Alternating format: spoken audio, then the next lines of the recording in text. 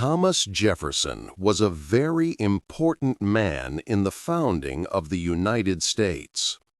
In the year 1776, he played a key role in creating a new country. He was the main writer of the Declaration of Independence. This special document, written in Philadelphia, announced to the entire world that America wanted to be a free nation, separate from the rule of England. His ideas were fresh and exciting, offering hope for a different kind of future. In the Declaration, Jefferson penned some of the most powerful and famous words in history. He clearly stated, "We believe these truths are clear, that all men are created equal." He also wrote that people have certain rights from their Creator that governments cannot take away. These very important rights include life, liberty, and the pursuit of happiness. These phrases meant that everyone should have freedom and the chance to live a fulfilling life. They became the core ideas for the new country, inspiring many to fight for fairness and liberty. Beyond the Declaration, Jefferson strongly believed in religious freedom for everyone. He helped write the Virginia Statute for Religious Freedom. This was an important law in the state of Virginia, making it clear that the government could not force anyone to follow a specific religion or belief. It truly meant that people could practice any faith they chose, or even have no religious beliefs, without any fear or punishment. Jefferson considered this freedom of mind a fundamental human right, a groundbreaking concept for his era, which deeply influenced America's approach to individual liberty. He also held a very clear dream for the future of America.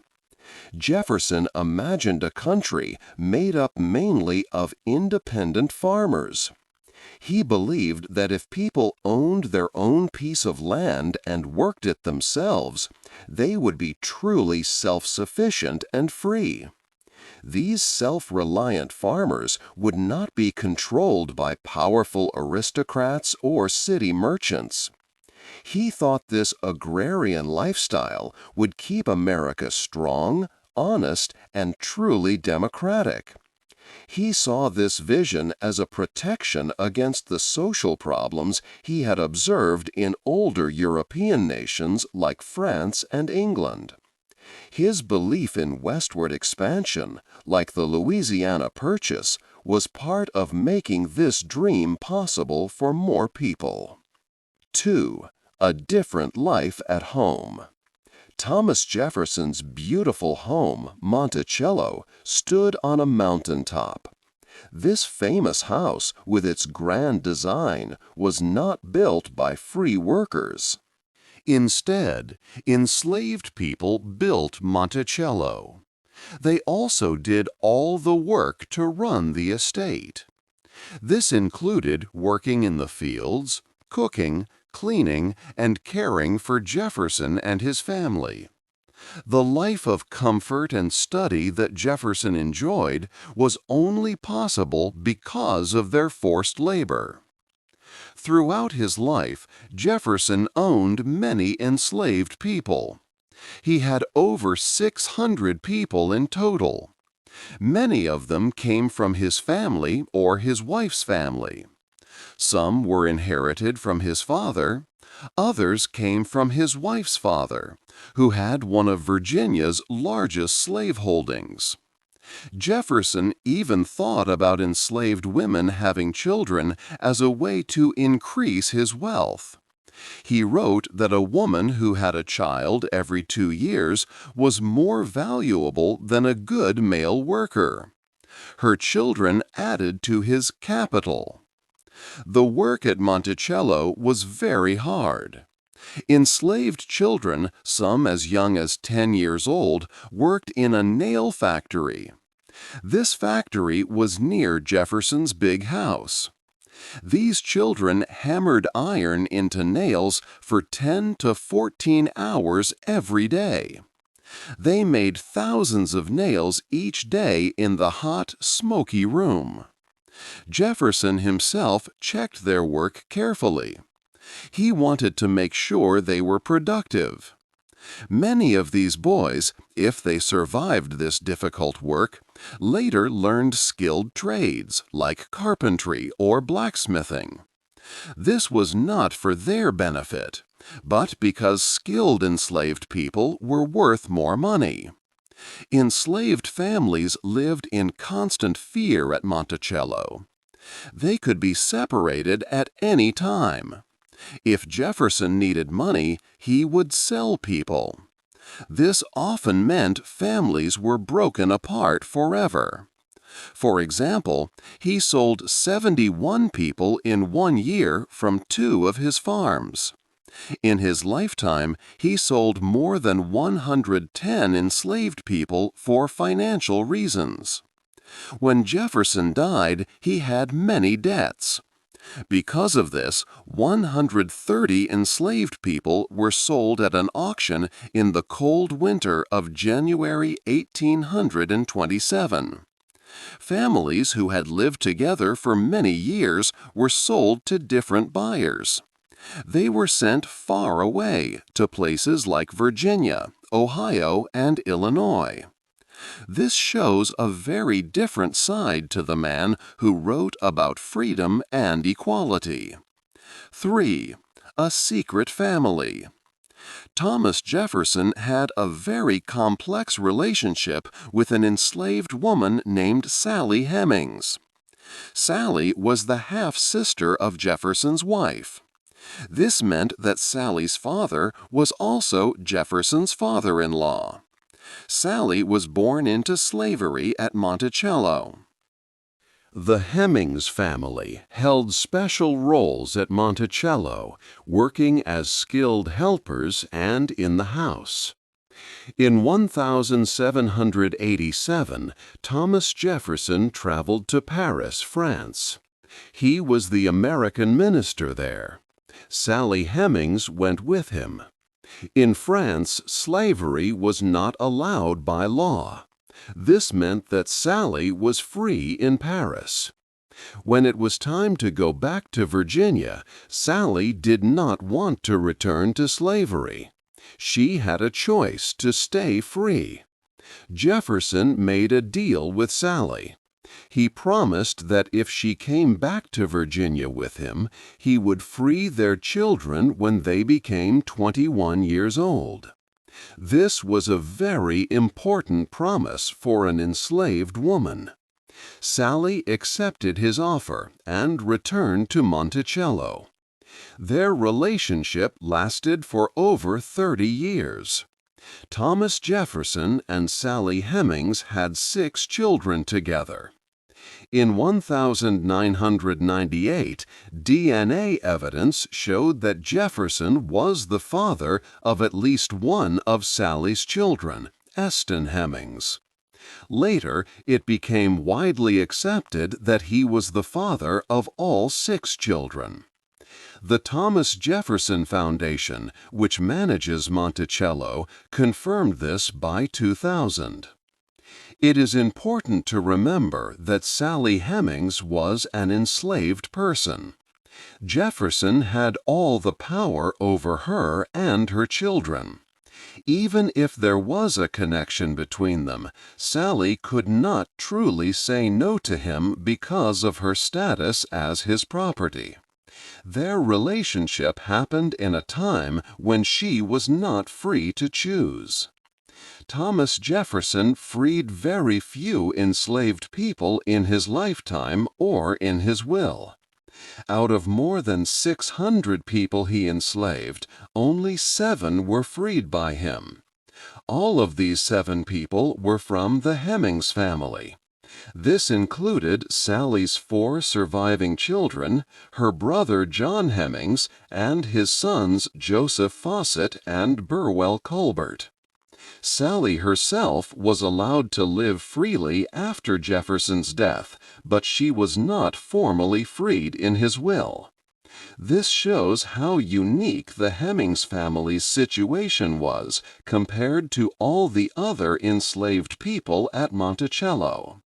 4. 2 different ideas. Thomas Jefferson had 2 very different ideas about slavery. On the one hand, he saw it as a great evil.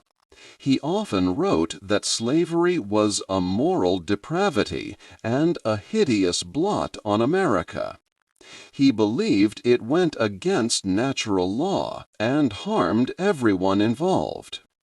Jefferson even expressed fear for his country, stating, "Indeed, I tremble for my country when I reflect that God is just, that his justice cannot sleep forever." He felt that America would face judgment for slavery. He also predicted that slavery would tear the nation apart, leading to a civil war. He once described the issue as holding a wolf by the ears, meaning it was dangerous to keep slavery, but also dangerous to let it go. But on the other hand, Jefferson also held some very different and troubling beliefs. In his book, Notes on the State of Virginia, he wrote ideas that showed deep racism. He stated that black people were not as smart as white people. He believed they had less imagination and less deep emotions. For example, he wrote that their griefs are transient, meaning their sadness did not last long. He also suggested that black people could not produce great literature or philosophy. Because of these beliefs, Jefferson did not think freed black people and white people could live together peacefully in America.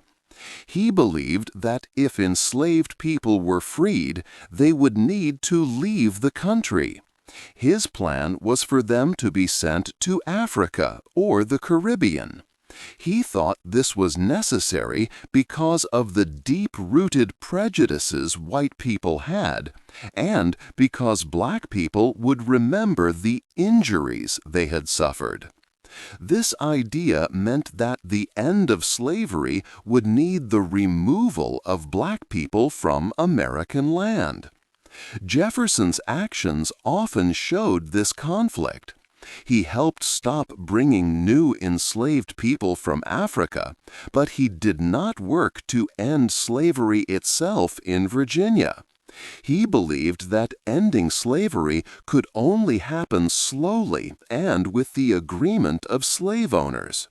So, Thomas Jefferson, who wrote powerfully about freedom for all, lived with these 2 very different and clashing ideas in his mind and in his life. 5. Why did he do it?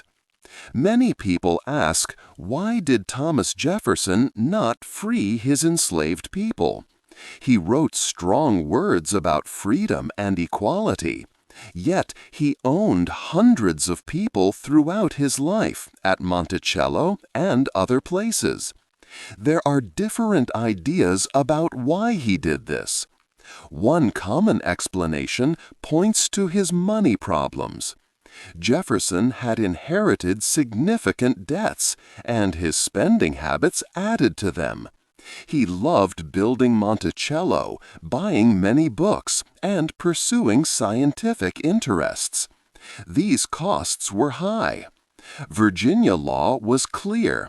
If a person owed money, their enslaved people could be sold to pay those debts. If Jefferson had freed his enslaved people, his creditors would have taken his property. This meant he could not easily free them without losing everything. He was acutely aware of this legal situation. In his will, he freed only a few people, mostly from the Hemmings family, and this required special permission from the Virginia government. This shows how difficult the legal situation was for him. Another idea centers on the historical period. In Jefferson's time, slavery was deeply a part of life in Virginia. Many wealthy farmers or planters owned enslaved people. It was how their farms and way of life worked. Some historians say that Jefferson was simply a man of his era. He grew up in a society where slavery was normal among the planter class. He inherited enslaved people, just as he inherited his social status. For some, it seemed impossible to act differently from everyone around him. However, these explanations do not tell the complete story. Not everyone agreed with slavery, even back then. Some people chose to act differently. For example, the Marquis de Lafayette, who fought alongside Jefferson in the American Revolution, strongly opposed slavery. He went further, buying enslaved people and freeing them. Also, religious groups like the Quakers were organizing against slavery very early on. They published books and asked governments to stop slavery decades before Jefferson was even born. The Pennsylvania Quakers, for instance, spoke out against slavery in 1688. Because Jefferson wrote so powerfully about human equality and freedom, many believe he should be judged by those very words. He set a high standard for himself. It seems difficult to claim to be a leader for human freedom while at the same time owning people and not working harder to end slavery. His capacity to act was greater than most, yet his actions did not match his ideals. So, understanding why Jefferson did not free his enslaved people is complex. There were laws, customs, and personal challenges. But there were also other choices that people made. His story highlights a difficult and contradictory part of America's beginning. 6. What people think now. Today, many people still talk about Thomas Jefferson. Historians who study the past have different ideas about him. For a long time, many historians saw Jefferson as a great hero. They focused on his words about freedom and equality. They often did not discuss his slave ownership much, or they said he was just a man of his time. Since the 1970s, new ideas have appeared. Some historians now see Jefferson differently. Paul Finkelman, for example, calls Jefferson a clear hypocrite. He believes Jefferson chose money and comfort over his ideas about freedom. Finkelman points out that Jefferson earned a lot from slavery. He also notes that Jefferson only freed some of the Hemmings family, not all enslaved people. Finkelman argues Jefferson's talk about ending slavery did not match his actions. He thinks Jefferson used anti-slavery words to look good while still owning people. Other historians have a more complex view. They say we must understand the difficult time Jefferson lived in.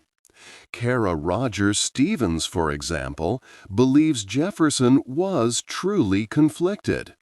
He had ideas he believed, but his situation made it hard to act on them.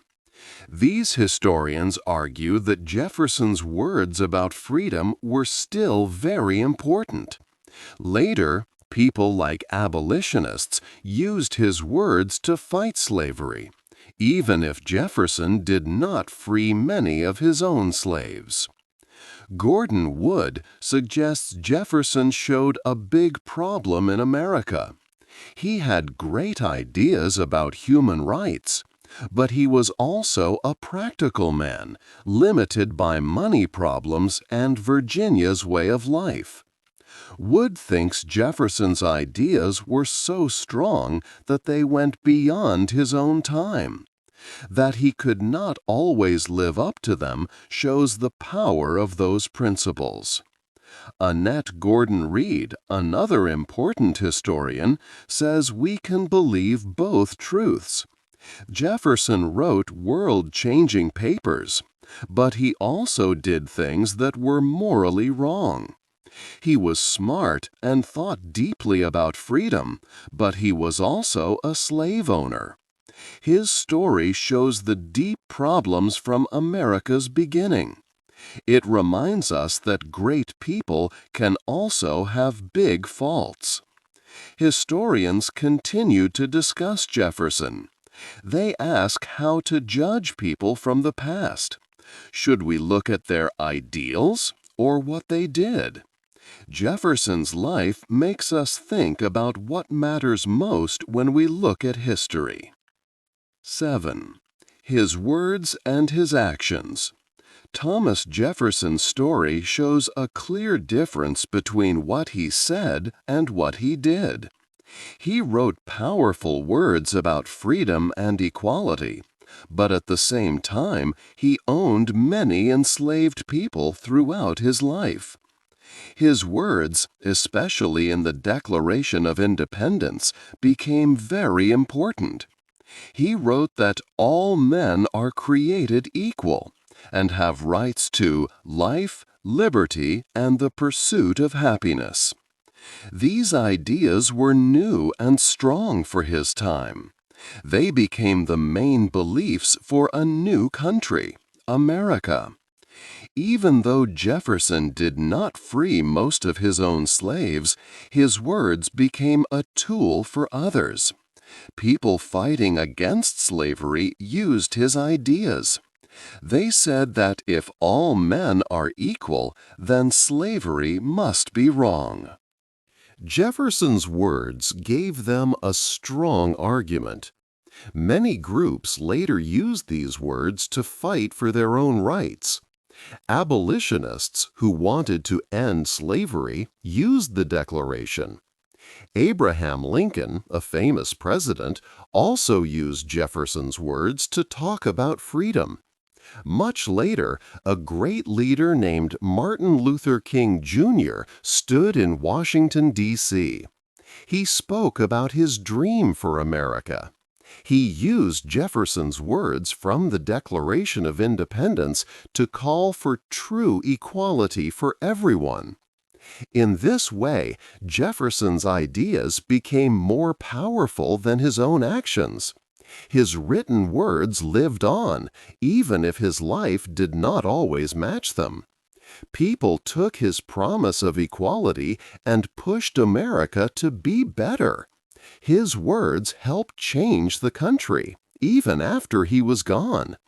The gap between what he wrote and how he lived is still a big part of his story, a difficult truth to understand. 8. What we learn today.